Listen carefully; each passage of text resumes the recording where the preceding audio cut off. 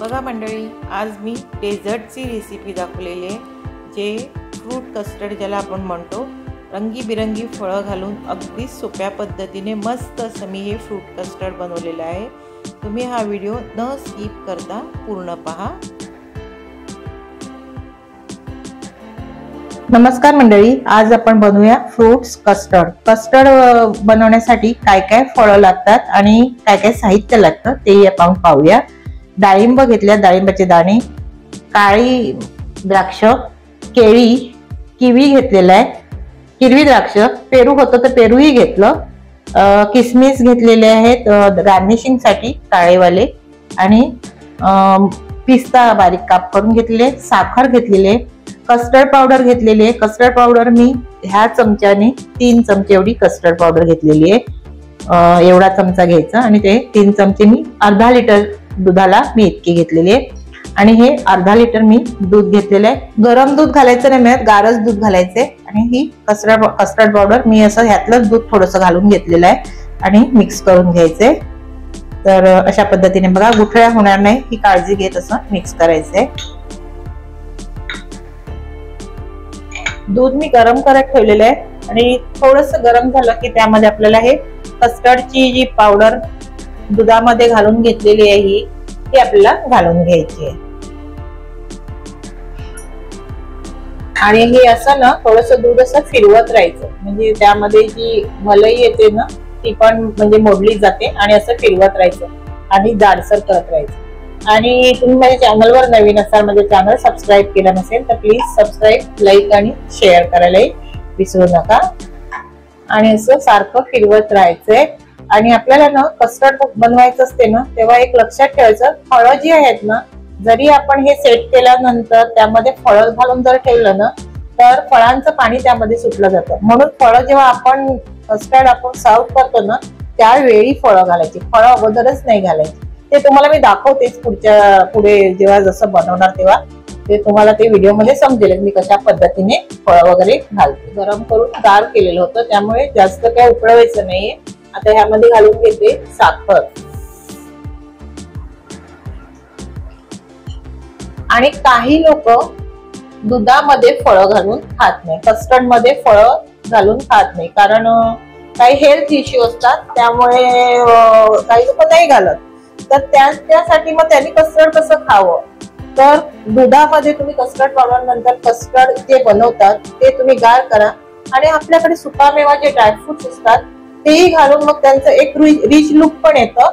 आणि त्याला नाव पण तुम्ही ठेवू शकता की ड्रायफ्रूट कस्टर्ड असं पण तुम्ही खाऊ शकता. ज्यांना डायबिटीजचा वगैरे प्रॉब्लेम आहे त्यांनी साखर न घालता पण हे असं कस्टर्ड. दूध व्यवस्थित गरम झालेलं आहे आणि गॅसची आच न मंद करायची. आणि हे कस्टर्ड जे आपण दुधामध्ये भिजवलेलं आहे ना पावडर कस्टर्ड ते घालत राहायचं असं आणि मिक्स करत राहायचं बघा अशा पद्धतीने, म्हणजे जेणेकरून त्यामध्ये गुठळ्या पडता कामा नये.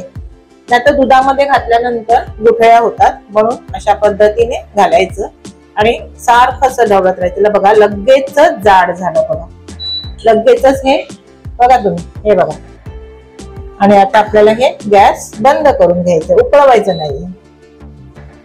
आता ह्याला रूम टेम्परेचरलाच गार करून घ्यायचंय सध्या. आणि मग आपल्याला फ्रीज मध्ये ठेवून द्यायचंय बाउल मध्ये, असंच फिरवत राहायचंय. आता गॅस पूर्ण बंद करून टाकायचा आणि त्यावरच असं नुसतं फिरवत राहायचंय. अर्धा लिटर दुधाला बरोबर 3 चमचे पावडर कस्टर्ड बस होते. आता हे पूर्ण गार करून घ्यायचं आणि मग मी तुम्हाला दाखवते कशा पद्धतीने हे फ्रीज मध्ये ठेवायचं आणि कसं त्यामध्ये. बघा हे कस्टर्ड आहे ना, हे सारखं असं फिरवत राहायचं, नाहीतर त्याला पण दुधावर पण मलाई येते ना, तर ते गार होईपर्यंत असं फिरवत राहायचं. अशा पद्धतीने मस्त असे आपण हे कस्टर्ड आपण बनवू शकता. आणि साखरेचं प्रमाण आहे ना, मी साखर तुम्ही तुमच्या आवडीनुसार किती गोड तुम्हाला लागतं त्या हिशोबाने घालायचं. बघा आता हे रूम टेम्परेचरला येईपर्यंत असंच ठेवायचंय आणि मग एका बाउल मध्ये घेऊन फ्रीज मध्ये ठेवायचंय. आता आपण हे बाउल मध्ये काढून घेऊया. अशा पद्धतीने सगळं हे बाउल मध्ये काढून घेऊ आणि हे मग फ्रीज मध्ये सेट करायला ठेवून द्यायचं. आता ह्यावर झाकण लावायचंय आणि ह्याला आता एक 2 तास तरी हे फ्रीज मध्ये सेट करायला ठेवायचंय. 2 तासाने व्यवस्थित असं सेट होऊन जातं. तुम्हाला 2 तास जास्त वाटत असेल तर 1 तास तर मिनिमम ठेवाच, कमीत कमी 1 तास. बघा कस्टर्ड जे सेट करायला ठेवलेलं होतं ते 2 तासांनी मस्त असं सेट झालेलं आहे. बघा किती जाड झालेलं आहे बघा. आता तुम्ही ह्याच्यात जर तुम्ही फळं घातली तर फळांचं पाणी ह्यामध्ये उतरला जातो आणि म्हणूनच मी बोलले की फळं आपल्याला जशी लागतील तशी बाउल मध्ये काढून घ्यायची आणि वरून हे कस्टर्ड आपल्याला हे मस्त असं सेट झालेलं आहे हे त्यावर ओतायचं. आणि जेव्हा आपल्याला समजा खायचं, आताच कस्टर्ड हे डेझर्ट आहे ना जेवल्यानंतर खाण्यासाठी, तर मग फळं घ्यायची बाउल मध्ये आणि वरून असं थोडं थोडं कस्टर्ड टाकायचं. तेही मी तुम्हाला दाखवते कशा पद्धतीने बनवायचं. मी आईस्क्रीम बाउल घेतलेला आहे, त्यामध्ये आधी तळाशी थोडस असं कस्टर्ड घालून घ्यायचं. आधी थोडंसंच घालायचंय. फळं घालून घ्यायचे, फळं सगळी घालायची. तुम्हाला जितकी घालायची असतील, तुम्हाला जितकी क्वांटिटी घालायची असतील तितकी घालून घेऊ शकता. आता मी किवी घातलं, पेरू घातलं, द्राक्ष घालून घ्यायचे, काळी द्राक्षही घातली, केळी घालून घ्यायची. वेलची केळी मी बारीक पिकलेली घेतलेली. आणि भाव खाणारं फळ म्हणतात त्याला, भाव खाणारं का डाळिंब. का तर ह्या जे कस्टर्ड आहे ना हे डाळिंबामुळे सुंदर दिसते, लाल कलरमुळे. म्हणजे सगळ्यात भाव खाणारं फळ काय आहे तर डाळिंब. आता ह्यावर कस्टर्ड घालून घ्यायचं आणि चमच्याने किंवा फोर्कने ते मिक्स करायचं.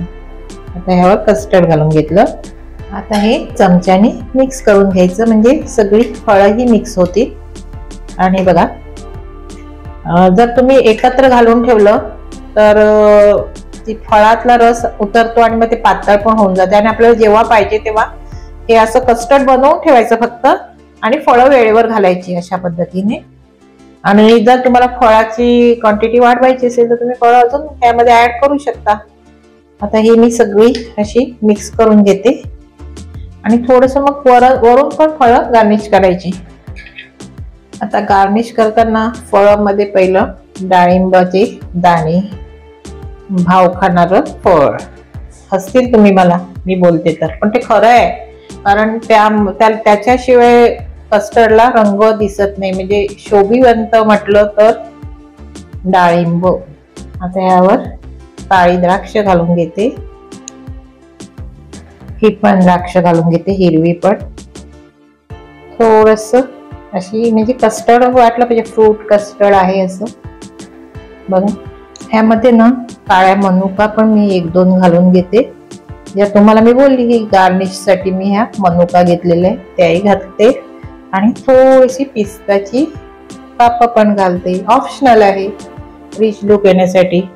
झालं आपलं फ्रूट कस्टर्ड तयार. मंडळी बघा झालं फ्रूट कस्टर्ड. अगदी सोप्या पद्धतीने झटपट होणारे हे कस्टर्ड. या मग कस्टर्ड खायला. आणि तुम्हाला आवडलं का कमेंट्स करून सांगा.